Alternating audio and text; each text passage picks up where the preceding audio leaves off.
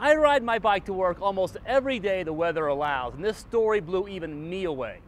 Dave Kingsbury is a cognitive anthropologist at the Boulder ad firm Crispin Porter Bogusky, and if you think that job sounds weird, just wait till you see how he gets there.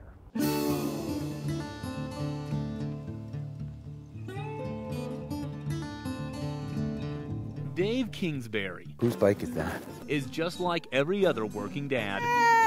I gotta go to work. Right up until the minute This thing climbs so fast. he leaves for the office on one of his 6 bikes. It's just an awesome way to wake up. And then I can get, 2.5, 3 hours of riding before I get to work. For a commute that takes more work getting to work than a lot of folks do all day.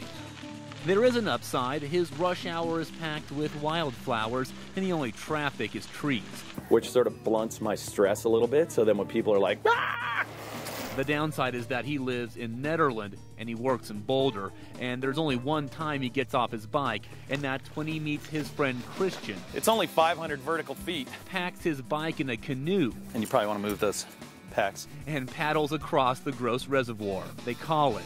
Suddenly going to work seems like a really poor idea. The Canute.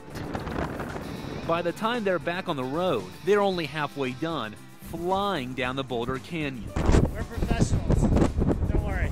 And into downtown Boulder. I would love a toasted buttered anything. Where the Canute gasses back up at the coffee shop. I don't know of a better way to start the day. This, they admit, is not for everyone. So the Canute is obviously a little bit absurd. And it's funny, and we've done it in the winter where we actually ski with our bikes on our backs. But it proves a point.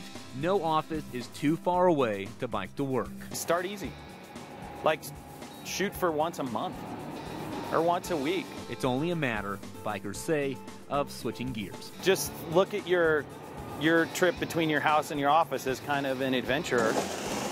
It is, after all, a real jungle out there, and every working dad, even Dave Kingsbury, can identify with that. And the hard part, if you watch them go down that hill in the Boulder, we'll be climbing that hill going back home. In Denver, I'm John Romero for Fox 31 News.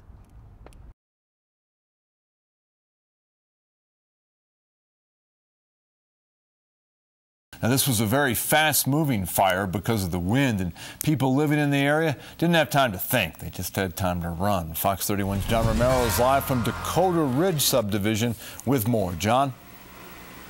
Ron, for everybody fighting this fire tonight, for everyone whose home is in danger, for everyone who is interested in the situation here, the flames are the story. People have been walking by all night, even though this is an evacuated area.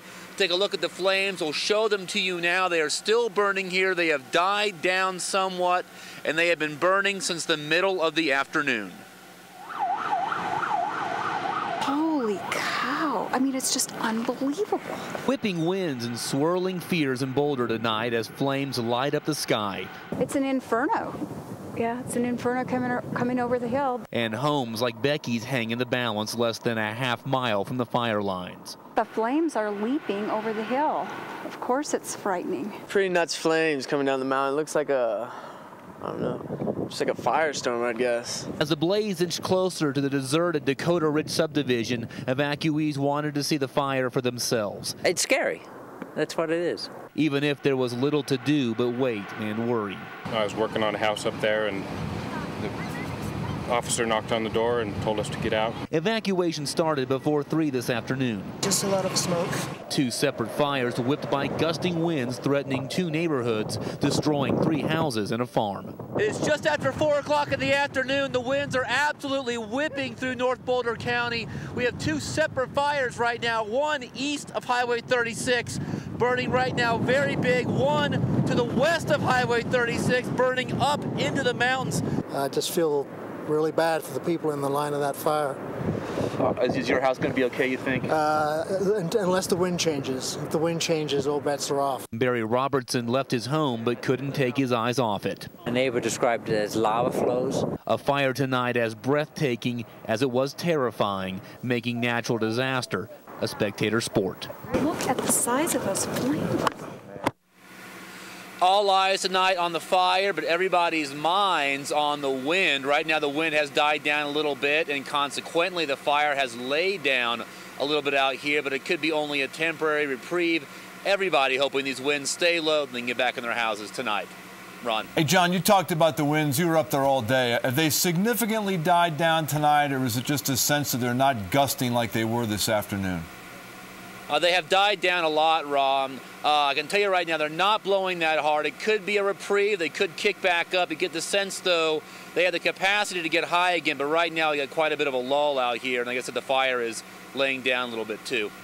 John, thanks. John Romero live tonight in Boulder County.